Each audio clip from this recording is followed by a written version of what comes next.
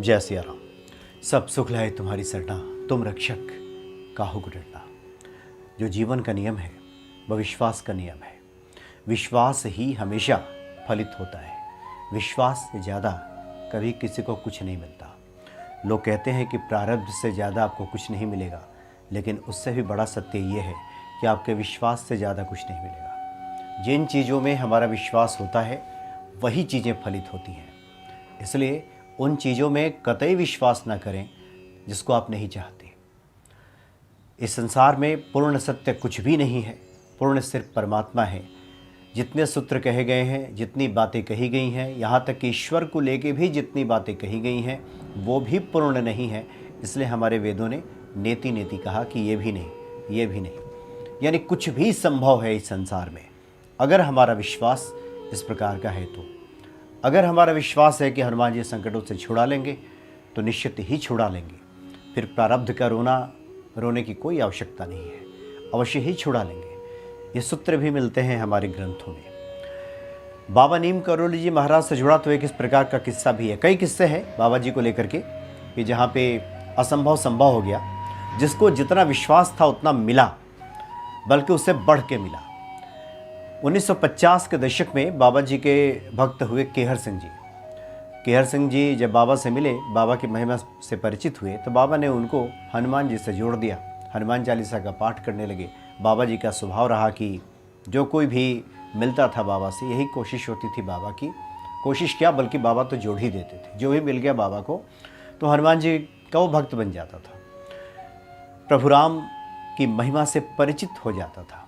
और जो लोग ऐसा नहीं करते थे, उन दिनों भी ऐसा होता था कि फिर बाबा जी का कुछ विशेष ध्यान ऐसे व्यक्ति पर नहीं रहता था और वो बाबा से अलग भी हो जाता था। लेकिन जो लोग भी बाबा के सानिध्य में रहे, इस बात से परिचित रहे, वो हनुमान जी के भक्त बन के ही रहे।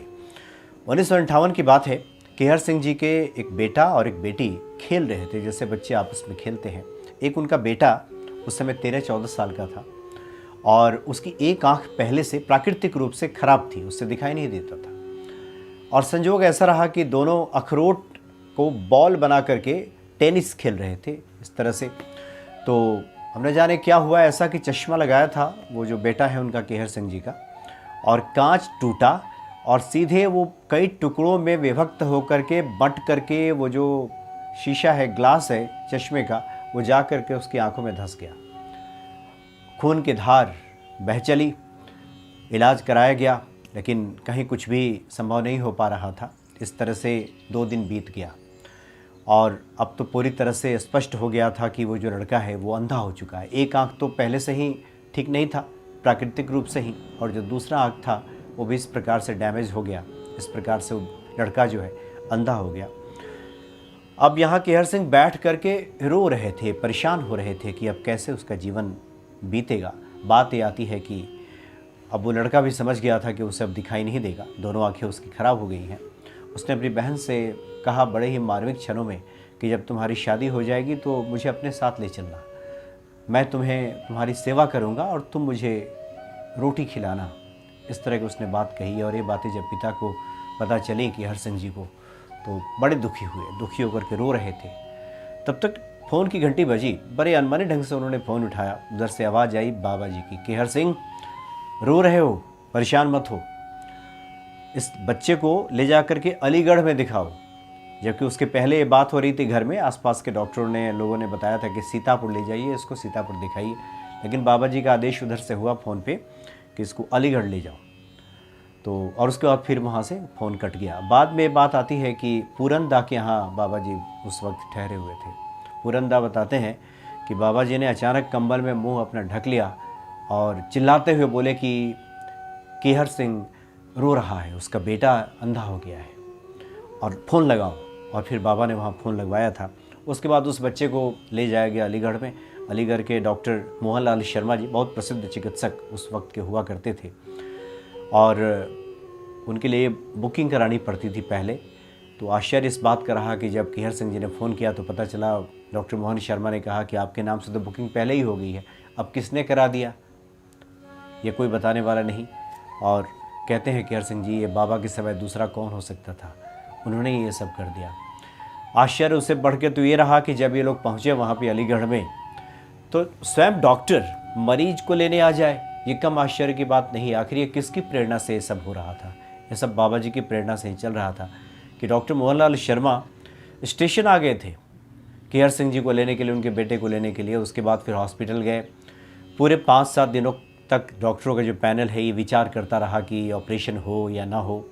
एक डॉक्टर शर्मा जी कोई थे वहाँ, उन्होंने कहा कि ठीक है, हम इसका ऑपरेशन करेंगे। ऑपरेशन किया गया, लेकिन 22 कांच के टुकड़े छोटे छोटे ऐसे थे जो जाकर के पुतलियों में धंस गए थे। अब ये संभव नहीं था। अब एक ही रास्ता था कि आँख को ही निकाल दिया जाए।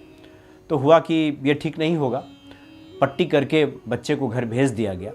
और 10 दिनों के बाद जब पट्टी खोली गई तो चूँकि कांच के टुकड़े जहाँ पे धंसे थे 22 जगह पे, उस बच्चे को 22 टुकड़ों में विभक्त होकर के तस्वीरें दिखाई देने लगी। ऐसा लगा जैसे पुतली में 22 लेंस लग गया है। तो बहुत परेशान, यानी वो बच्चा तो देख ही नहीं पाता था। ऐसे करके 2 महीने का समय निकल गया। एक दिन अचानक से केहर सिंह जी के घर की घंटी बजी और उधर से बाबा जी का स्वर सुनाई पड़ा कि हम तो यहीं पे हैं तुम्हारे बगल में, आ जाओ मिलने के लिए। तो केहर सिंह जी निकले और हरि प्रेरित, हरि की इच्छा से, न जाने उनके मन में ऐसा क्या हुआ कि बच्चे को भी हम साथ ले लें, और बच्चे को भी साथ ले लिया। और उस बच्चे को लेकर के जब वहाँ पहुँचे, बच्चे को तो दिखाई नहीं पड़ता था, दिखता भी था तो 22 टुकड़ों में विभक्त होकर के तस्वीरें दिखती थी। इसे समझ में नहीं आता था कि वो देख क्या रहा है। उसे कुछ पता नहीं चलता था कि ये क्या तस्वीर है, किस चीज़ की छवि है।